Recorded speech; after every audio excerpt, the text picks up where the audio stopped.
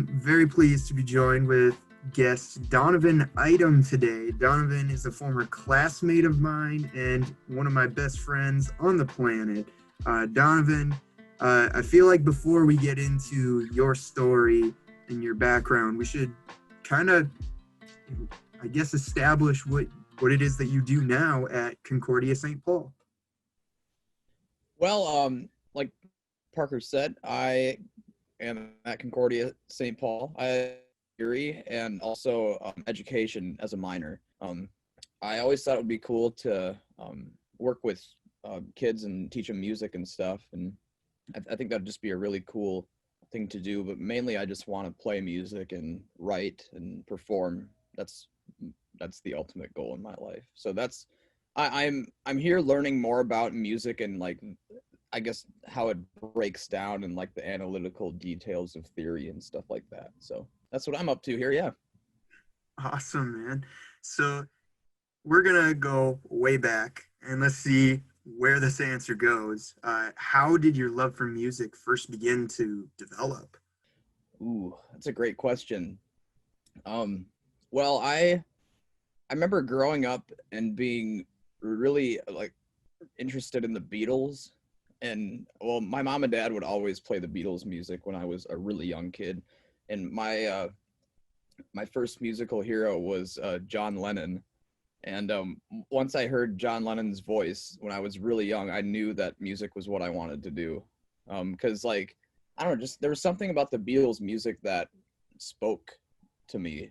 And I feel like, I mean, obviously it's the same with a lot of other people, but I saw the Beatles and I didn't, I mean, I saw pictures of them obviously and stuff and listened to their music. And I thought like, okay, this is something that I really want to do because being able to make music and change people's lives would be something extraordinary. So, yeah. That's awesome. And you mentioned this might be a little bit like off topic, but you mentioned your dad in that answer, and your dad was in a band. What was it like to grow up with a dad that was in a band and you even got to play with your dad? Oh, it was so cool. I mean, it still is really cool. Like, I don't know. And he's shown me so much stuff with music and he has like all these stories. And I think he's really helped me kind of get the ball rolling with my music stuff, even though we're totally different people and we're doing our own thing at this point. But yeah, he's inspired me so much because I mean he's met so many people over the years and worked with so many people over the years, and he just made it known that it's possible to just exclusively do music in your life. So that's I'm not trying to follow in his footsteps specifically, but I'm definitely inspired by what he's done in his life, and I want to do something similar, but also put my own take on it, I guess. So yeah. Cool. And you've started putting your own take on things from a very young age. I remember when I first met you, like we were in the hallways of Spectrum High School and you were talking about a band that you were in. And I was like, who's this sixth grader that's in a band? And I even have, I still have the album with me right here. I have the first Sweet. Platypus album. That's wonderful. So I want you to tell us, how did Platypus start, and like just tell us some of your fond memories of Platypus. I have nothing but good memories about Platypus. You know, it was like really the first band that I was in, I would say. It was the first time I've ever got to play in music venues and stuff. Um, Platypus was great. I met Thomas Walsh. He was the first person I met who I guess we kind of formed the band from our meeting. We used to take lessons together. I mean, not together, but we went to the same lessons place in White Bear Lake, Minnesota called Evans Music. And I was taking drum lessons. He was taking guitar lessons. And they normally do this like spring showcase. And it's like all the people who are taking lessons get to like perform a song or two and kind of show what they've been working on. And so we were put into a band together, and we just started talking and we hit it off and found that we were interested in similar types of music. We both wanted to write songs. I mean, I hadn't really written songs at that point, but he had written songs, and I thought that was really interesting. And so yeah, we formed a bond that lasted 7 years, and then we got a few different bass players in and out, and then we finally got Ben Parr, who's stuck with us for the majority of our tenure, I guess. And then we recorded the EP, played a lot of places. I remember we played like Famous Dave's Blues Club in Uptown, which is no longer there, but that was a really great spot for Platypus, and I feel like we grew musically, and I kind of understood more about playing live at that place. So I have nothing but just great memories about that time. And obviously it's in my past. I'm just moving forward in my life, but it's definitely inspired me to keep going and do live stuff and write. So yeah. And I mean, you can still find Platypus's music on Spotify and I believe Apple as well. I mean, I was listening to it earlier too because I was like, heck, I might as well. I mean, I'm going to talk to Donnie, so I want to listen to some of that old stuff. It's weird to call it like an oldie in that case, I but know it. Yeah, I haven't heard it in like years. I think I haven't heard it in probably 2 or 3 years. Yeah. It's just like whenever I like make something or record something, I put it away and then the next thing comes. You know what I mean? It's just like it's hard to explain, but I never really go back to my old stuff. So one day I'd like to, but it's been so long since I've heard it. I mean, I'm just saying, Coffee and Donuts, that song slaps. So Yeah. Thank you. Yeah, that was mainly a Thomas tune. I still remember when he brought that to the band and stuff. Like that was a good time in our lives. Yeah. and I'm sure, and I'm kind of guessing this, but did you ever face like any adversity during that time in your life? Because I mean, because you were so young, was there any like backlash or like doubts that either you personally had or other people had for you? Oh yeah, yeah. There's always those doubts that you have when making music because it's just such a hard thing to do. I mean, the industry itself, especially nowadays, is just super difficult. And being really young, you're less likely to find opportunities because, well, a lot of venues are like 18 and over and 21 and over. And when I was playing in Platypus, I was like 14, 15 years old, and I it was really difficult to get into venues to play. I remember playing at the Caboose, I think when I was 13, and it was like a 21 plus show, and people were not happy about that, but we were still able to do it, and as long as we were able to do it, that was what mattered. So yeah, I mean everyone likes music, so there was a bit of leniency to it, I guess, as well. It was never really a huge problem with venues, but we'd always have to call ahead and say, oh, hey, we're all under the age of 18 and blah, blah, blah. But it worked out. It did.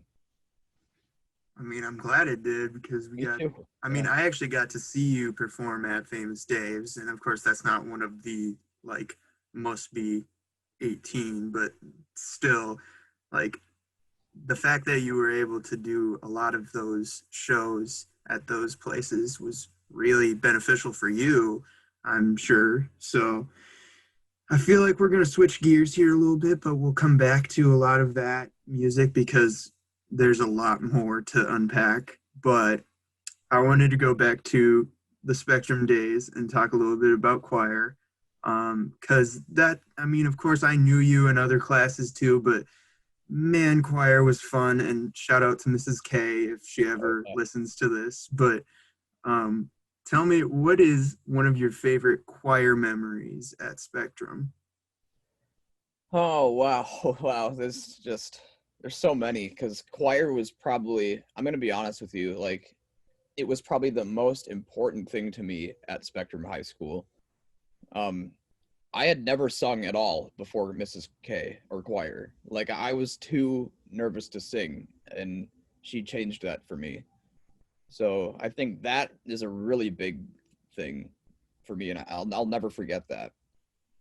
But I guess one of the biggest memories that I hold dear to me is when we made that song for her when we were seniors. That was just like that was great. Just getting everybody together and doing the song, recording it, but also having you do the editing and stuff and getting all the pictures and stuff together. That was just all so great. Being able to have people like all under the age of 20 just like coming together and like doing this big thing for her. And because, I mean, she all meant so much to all of us and still does. And she changed a lot of our lives and the way we look at music. Um, I also really love all the tours we went on. You know, it's always fun going to other places and singing the songs that you're used to. And well, obviously just like getting different audiences and like just being in a different environment is really cool. But Which meeting, one was your favorite though, between our choir tours in Rochester and our choir tours in Duluth? um, I really like the Duluth trips. Yeah, because Duluth is so beautiful, and there's a lot of different places to sing up there. You know, nothing against Rochester, but I just like I love Duluth personally. I always enjoy going up there, so I've always had the best time on tour up there, and I obviously, totally agree. yeah, it was great, and I don't know, I always think choir is a great way to meet new people too, because you get choir is a place for people to come who are interested in like a bunch of different things, and you know, you could have people who are interested in like business or whatever, math, but they still want to come and sing and alongside the people who are interested in music, you know. So it's just like it's a really great way to meet people of all different walks of life, I feel like. For sure. And I mean, I I think that music can tie in a lot of different memories or thoughts or feelings about like life in general. So, I mean, that's one thing that choirs really impacted me as well. Um, and I'll never forget those choir tour memories. I mean, Oh I, yeah. I think singing Harriet Tubman and the Underground Railroad while on a train in Duluth, that was pretty cool. I Yeah. mean, I then just the mall. Right, yeah. I mean, just the I also really liked the variety of music that was provided to us. Like that was really important because there's a bunch of different types of singing, and like Mrs. Kirkpatrick made sure we kind of got like all different Sure. parameters. We were hitting like every single one of them like over the course. Like, well, we've been in choir since sixth grade, and then we were there all the way through. And you know, we've got a I feel like we got a taste of everything throughout our tenure there. So Easily, yeah. We yeah, had so many beautiful songs that I still have on a playlist today. Like wonderful. And okay, another one, I feel like I need to like stop talking about this topic, but another really good one though was on that last tour that we had with Mrs. K. Because when we were at that cathedral by the hospital, or no, it was connected to the hospital, correct? yeah, it was like part of that complex, I think. Yeah. The moment where the sun came through the windows and it shone right on Mrs. K in the middle of one of the most beautiful songs that she ever picked out for us, even when he is silent, that was just, I mean, I'm getting goosebumps right now, man. It Like, was yeah, it was very powerful. That that whole last tour was pretty emotional. I for feel like. sure. Yeah. I don't know, because I'm gonna be honest with you. Like after all of us graduated, Mrs. K retired, and a couple other people left. It just the whole choir program seemed to change. I feel like, and I Hmm. mean, I haven't seen Spectrum's choir now, but um it was just great with Mrs. K, you know, and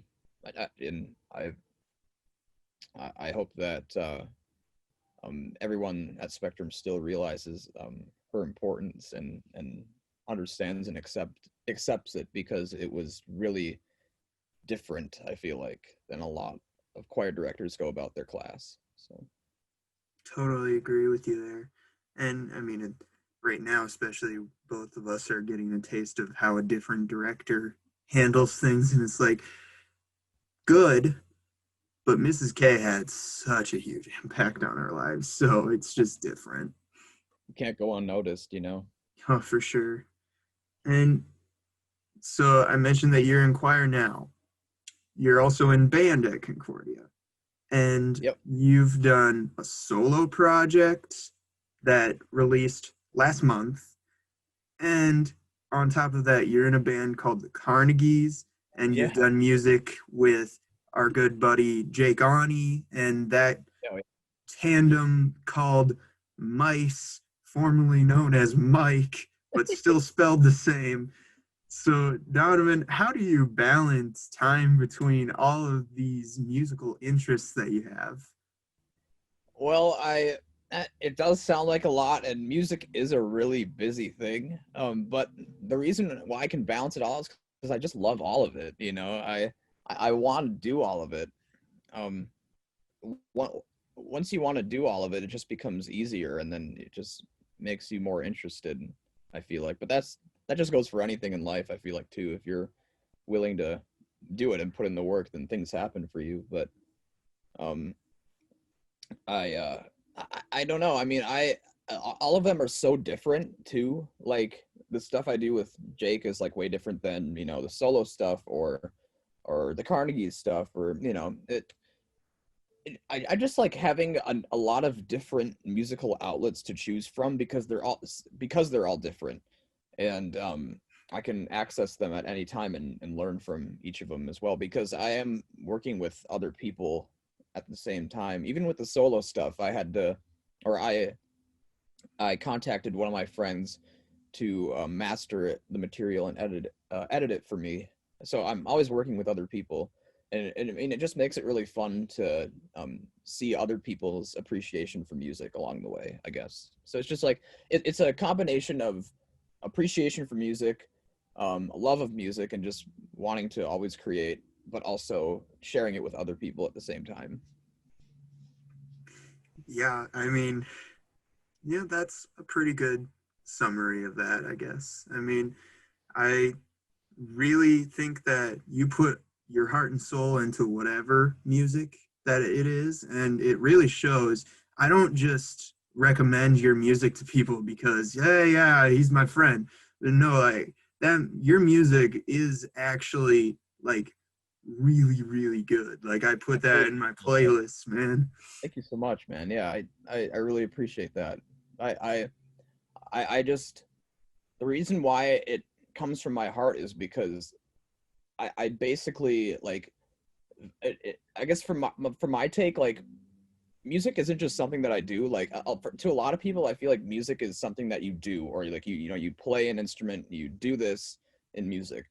But it's music is just my life. You know what I mean? Like that's kind of how I think, and I guess I think in musical terms. I don't really know how to explain it, but um, everything I do like falls back into music somehow. I guess it's hard to explain, but I wouldn't be me otherwise. It's just my life, really. I mean, I agree. um, when it comes to all of your music outlets, has there been like a project that has been more meaningful to you or that has been, I mean, I guess you could say favorite. Like, do you have a favorite project that you've worked on? Yeah. Well, I obviously they've all impacted me a great deal, and they've all been really unique in their own ways. But I feel like the Carnegies is one that's really impactful for me, like because I've mainly been a drummer in the past with like Platypus and stuff, and I took lessons for a while, like I mentioned earlier, and this is the first band that I play guitar in, and I'm self-taught on guitar. I mean I learned a little bit from my dad. He kind of showed me some basic chords, and I just kind of went from there. And ever since I joined the Carnegies, I started playing guitar, and then songwriting began to kind of become more frequent, I guess. And I don't know. I feel like, well, I found out about the Carnegies through a friend, and I saw these guys. I'm like, gosh, they're so cool. Like, and they like the same type of music that I like. I'm mainly influenced by like late '60s, '70s rock and roll, and so are they. And I saw them like, okay, this would be really cool to play with these guys. And then also found out that they wrote songs too. And so I guess the Carnegies is a band where there's like no like leader or like front like center stage person. there's 3 guitar players and a drummer, and we all sing and write songs. I've never been in a band like that before, but I feel like that is such an interesting working dynamic, you know, because like there's a bunch of different influences. Like I'll have like, you know, a song of mine, and then, you know, Roman, the bass player, he is really into like urban, like soundscape type things, and like Beck and alternative from the 90s and stuff too. And it's like, it really adds like a different touch, but it's so cool, and it just creates an original sound, I guess, or the foundations of an original sound, more or less. So That's I've never really been in a band like that. yeah, and I mean the sound does come across. Is there any influences like from the Carnegies that are apparent in your solo project that you worked on? Oh, sure, yeah. I have been listening to more like funk music through the Carnegies, and yeah, I mean, I guess the songwriting has been influenced by projects that I've already been working on, because I mean, I've been used to the other projects, therefore I know like I can take elements from those and bring them with me to the solo stuff, I guess. And I've also been writing the songs while I've been in the Carnegies, you know, and at the same time. So I mean, I've thought about using those songs for the Carnegies too, and like other projects like Mice with Jake, and you know, but I figured like, okay, we're already recording music in the Carnegies and stuff, and you know, these songs will probably go unnoticed because I'll keep writing more songs. So I figured, hey, I should probably get them out there somehow. Yeah. And the music from the album is called Later Never Comes. So as soon as you're done listening to this podcast, definitely, I mean, you got to look up Platypus, you got to look up the Carnegies, but I'll add another one to the list. You got to listen to the album Later Never Comes. And one thing that I really appreciated, and a lot of other people have said this too, is that the album just feels very raw. And I wanted to ask you, where did some of these songs from Later Never Comes, like where did some of these inspirations come from? Um, well, it's really hard to say. I don't really know, because for me, like sometimes music just comes to me. I don't really know how to explain it. Like I'll just hear a melody, and then it'll just kind of happen. It'll write itself, basically. Um, but I just get inspired by life, you know, just living life, what's around me. I appreciate the world around me a lot.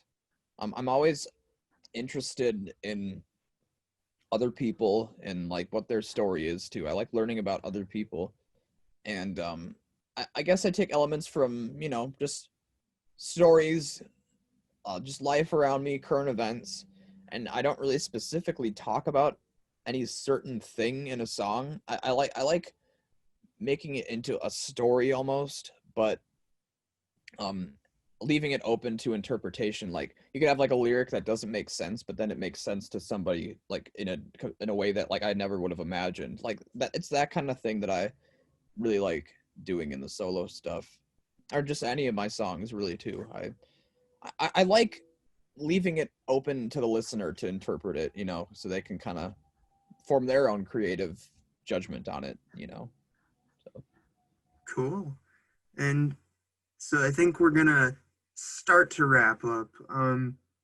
Give you some hard questions, kind of reflecting on your life and music and your passions.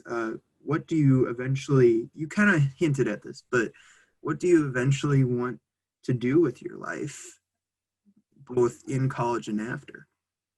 oh, in college, I want to finish strong. I mean, I've been doing school essentially my whole life so far, so I, you know, I might as well finish it. And you know, I've met so many great people here, and I'm continuing to meet people too, which is always a really cool thing.